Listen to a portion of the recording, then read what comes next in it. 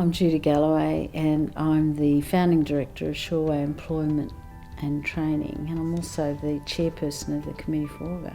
Well, I didn't have the traditional journey into business. I left school and got pregnant.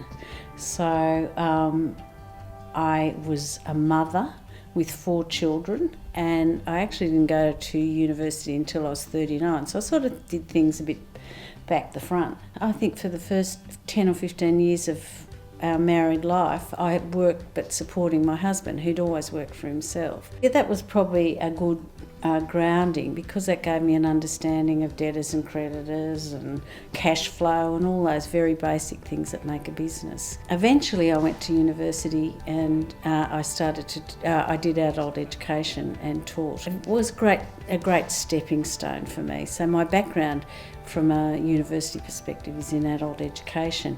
At the same time, because I had a business, I'd had some business experience with Paul, I decided that I probably need to do a business degree too.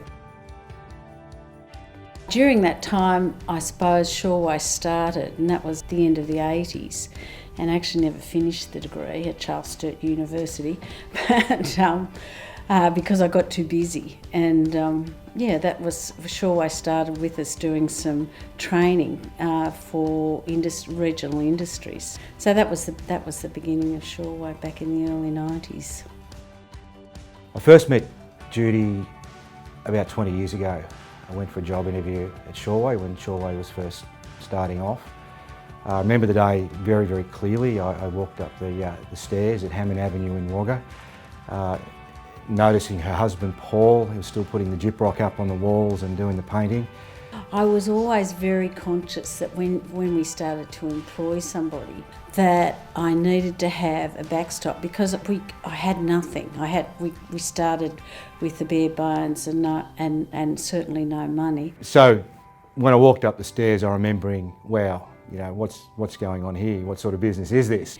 But as we started to make money, I was always conscious of having enough money to cover the wages for the next month. So I used to keep this little just-in-case account, so that if the cash flow stopped, I knew I had something to support to pay the wages for at least a month in case something went wrong. So that was a really big concern for me. It was a very new concept, employment services, in 1998. The CES had just disbanded. So I joined a team of about 5. We were learning on the run. There was a lot of knowledge to be gained, processes and structures to be put in place. I always remember thinking, Judy was very, very focused on what she wanted the business to achieve. She had a vision, very small at the time, but looking back, the seed that she planted back then for Galloway has grown into what the company is today. And from one site with 5 team members to now employing 345 people across 80 sites is certainly a very, very good success story. In 2000, and this was one of the biggest mistakes you could ever possibly make, we had to write a tender.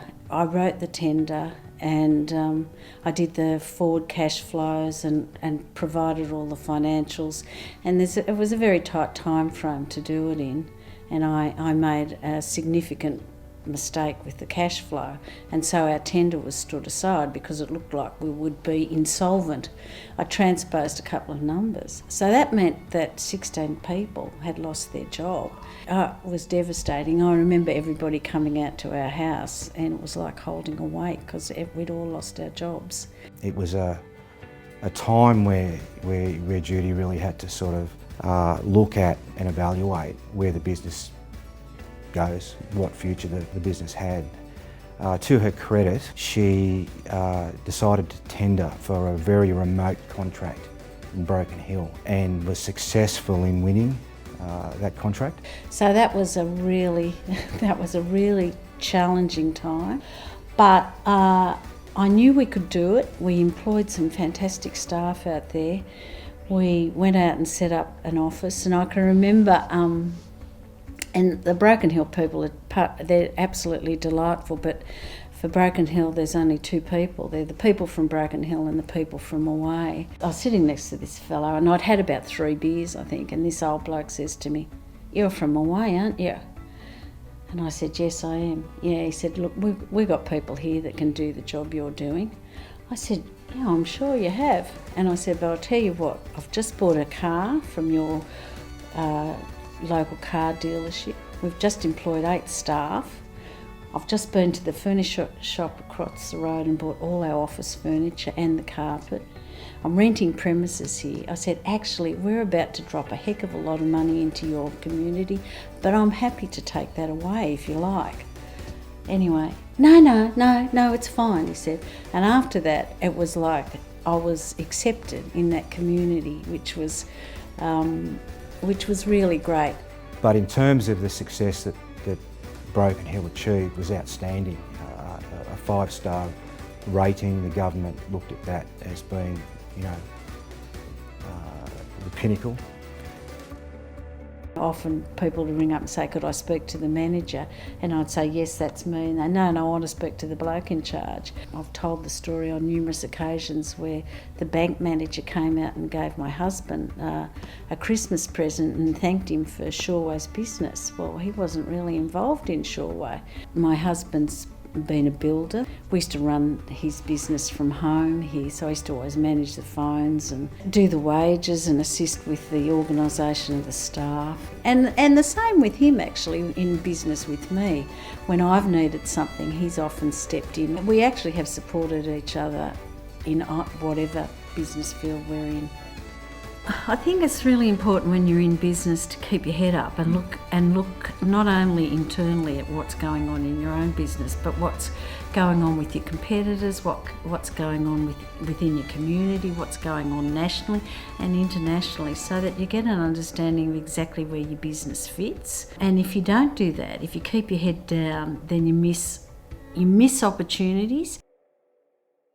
I feel very passionate about supporting regional areas. I get caught up in it and think, "Oh wow, we could really do that. And if we did that, I can see what might happen." The starter committee for Wagga was something like that, and it was about business being able to have a say in and make a contribution to the society in which we live. It was a really difficult concept to sell. You're selling something that's quite nebulous, to say, "Look, if we need your money, but if you put it in and we can see and work towards making improvements in our community, then we all benefit." The Committee for Wagga's made a significant contribution to the Wagga community as a whole. Well, the first thing about it is if you're passionate about something, because I think you have to be passionate about an idea. The 3 things I would say to people who are looking to start a business in Wagga is to go out and talk to people, to communicate, to gather as much information as you can, which will enable you to work out exactly the way you need to progress. Certainly to come up with a business plan, because once you commit things to paper, it makes you look at things more logically, and to get really good people around you. She likes to be hands-on to a degree, so she likes to know, not in depth, but she likes to know the operational aspects of the business, and that is a real advantage in terms of having someone on the board, someone that doesn't know everything but knows enough to be strategic and put the plans in place for the future.